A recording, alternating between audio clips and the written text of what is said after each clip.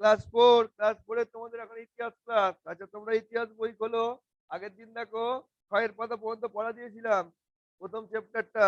আশা করছি সবাই ভালো করে পড়েছো। আচ্ছা এবার তোমরা চলে এসো ৭ এর পাতায়। ৭ এর পাতায় কি আছে দেখো প্রশ্ন আর উত্তর। এই প্রশ্ন উত্তরগুলো সব মুখস্থ করতে হবে। এইখানটা দাগ নিয়ে নাও। ৪,০০০ বছর আগে মানুষ কোথায় থাকতো? এখান থেকে পড়ায় দাগ দিয়ে নাও। ৪,০০০ বছর আগে মানুষ কোথায় থাকতো? ১ম এ মানুষ বনে জঙ্গলে, গুহায় ও পরে নদীর তীরে ঘর তৈরি করে থাকতো। আদিম মানুষকে কাদের সঙ্গে লড়াই করে বেঁচে থাকতে হতো? বনের হিংস্র জীব-জন্তুর সাথে লড়াই করে। লড়াই করার জন্য মানুষ কি বানিয়েছিল? মানুষ হাতিয়ার বানিয়েছিল। মানুষ কাদের পোষ বানিয়েছিল? বন্য পশুদের পোষ বানিয়েছিল। মানব সভ্যতার যুগান্তকারী পরিবর্তন এলো কখন?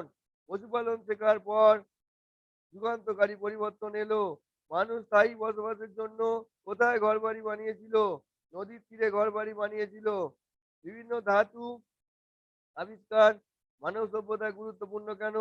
কারণ ধাতু দিয়ে মানুষ তার জীবনযাপনের জন্য নানা প্রয়োজনীয় জিনিস বানিয়েছিল। এতে কাজকর্মের সুবিধা হয়েছিল। এগুলো সব মুখস্থ করবে। নগর সভ্যতার পত্তন কোথায় হয়েছিল? বিভিন্ন নদীর তীরে নগর সভ্যতার পত্তন হয়েছিল। মানুষ ১ম এ কি থেকে লোহা পেয়েছিল? আকাশ থেকে খসে পড়া উল্কা থেকে। লোহা আবিষ্কারের ফলে চাষের কাজে কি সুবিধা হয়েছিল? লোহা আবিষ্কারের ফলে চাষের কাজে খুবই সুবিধা হয়েছিল। কৃষিকাজের উপযোগী বিভিন্ন যন্ত্র যেমন লাঙলের ফলা, কাস্তে, জলসেচের ডোঙা ইত্যাদি মানুষ লোহা দিয়ে তৈরি করেছিল। এই ৭ এর পাতাটা পুরো মুখস্থ করবে। এরপর তোমরা চলে এসো ৮ এর পাতায়। ৮ এর পাতায় দেখো কামার কেন তৈরি করা হলো?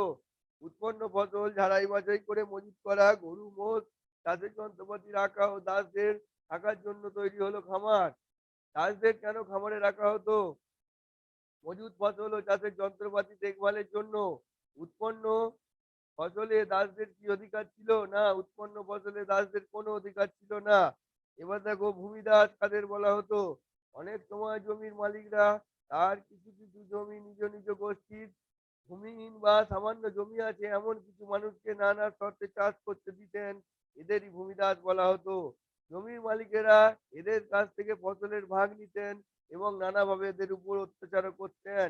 এই পর্যন্ত তোমাদের পড়া দিলাম ৮ এর পাতায়। ভূমিদাস কাদের বলা হতো তোমরা দাগ দিয়ে নাও। তাহলে কি পড়া দিলাম? ৭ এর পাতা থেকে যে প্রশ্ন উত্তরগুলো আরম্ভ হচ্ছে, ৭ এর পাতায় ৪,০০০ বছর আগে মানুষ কোথায় থাকতো? ১ম এ মানুষ বনে জঙ্গলে, গুহায় ও পরে নদীর তীরে ঘর বানিয়ে বাস করতো। এইখান থেকে ৭ এর পাতা গোটা মুখস্থ। ৮ এর পাতায় একদম এই ভূমিদাস কাদের বলা হতো, এই পর্যন্ত তোমাদের এগুলো মুখস্থ।